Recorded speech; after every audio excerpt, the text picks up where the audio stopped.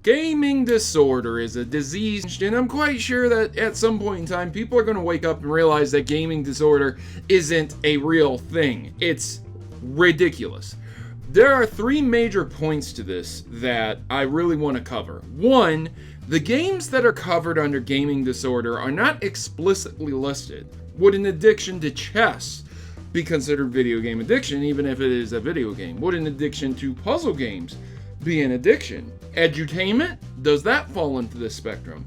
But here in the States where I live in America, we don't recognize a lot of what the World Health Organization says. So when you find articles that literally say gaming disorder is a real thing and you've probably had it for 30 years, yeah, that's extreme clickbait to the maximum level.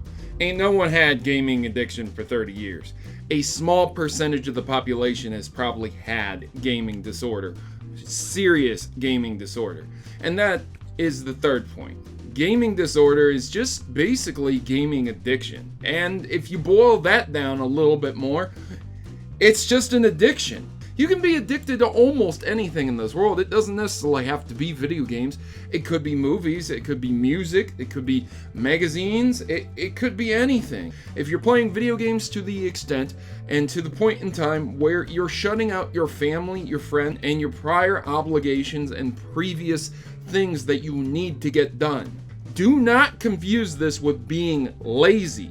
If you didn't go to work because you just wanted to play video games instead, does not necessarily mean you're addicted to video games. Basically, this classification is saying that if you play about 3 hours a day, you're considered a video game addict and you have a disorder. 3 hours a day. That's a small percentage of my day, to say the least. I'm usually up 16 to 17 hours. I get around 8 hours of sleep, but I'm usually working, whether it's streaming and playing video games, editing stories about video games, or just with my family. I don't have gaming disorder. I don't shirk my responsibilities.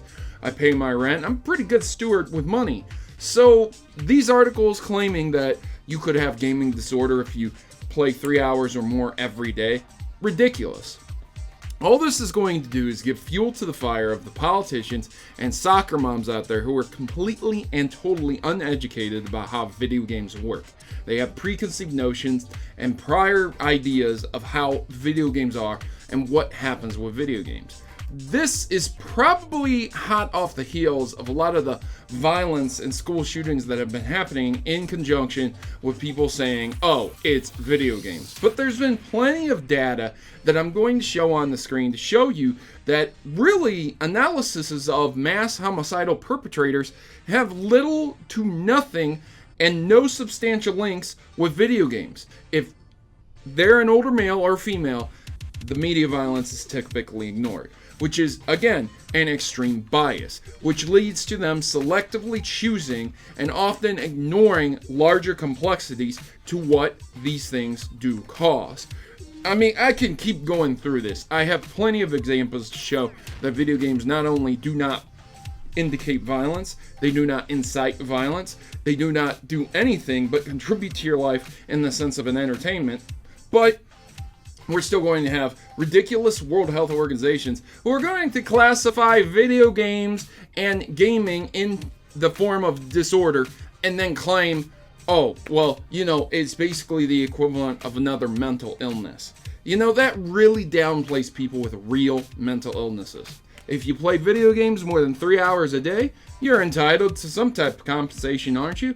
Whether it's free mental health, percentages of a government check, or an all-round free ride to a mental institution to get yourself checked out. And 3 square meals, room and board. Hell, some homeless people will probably really appreciate that. So that's pretty ridiculous that this has actually come out. I covered this a couple months ago. This was back in 2017 where they were talking about making it a real thing and publishing it. So I do have multiple videos on this, and I strongly suggest you check into that. These are the resources you need to use, ladies and gentlemen, to combat this.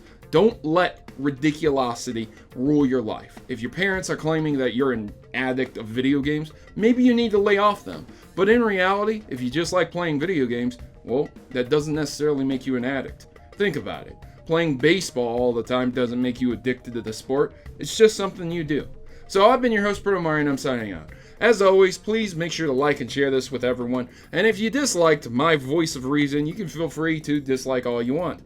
I'm on the road to 1 million subscribers, and your help is just one click away. I'll see you guys in the next episode of, well, I don't know. There's always going to be some idiot organizations or whatever I'm going to have to destroy, so I'll see you back here soon enough.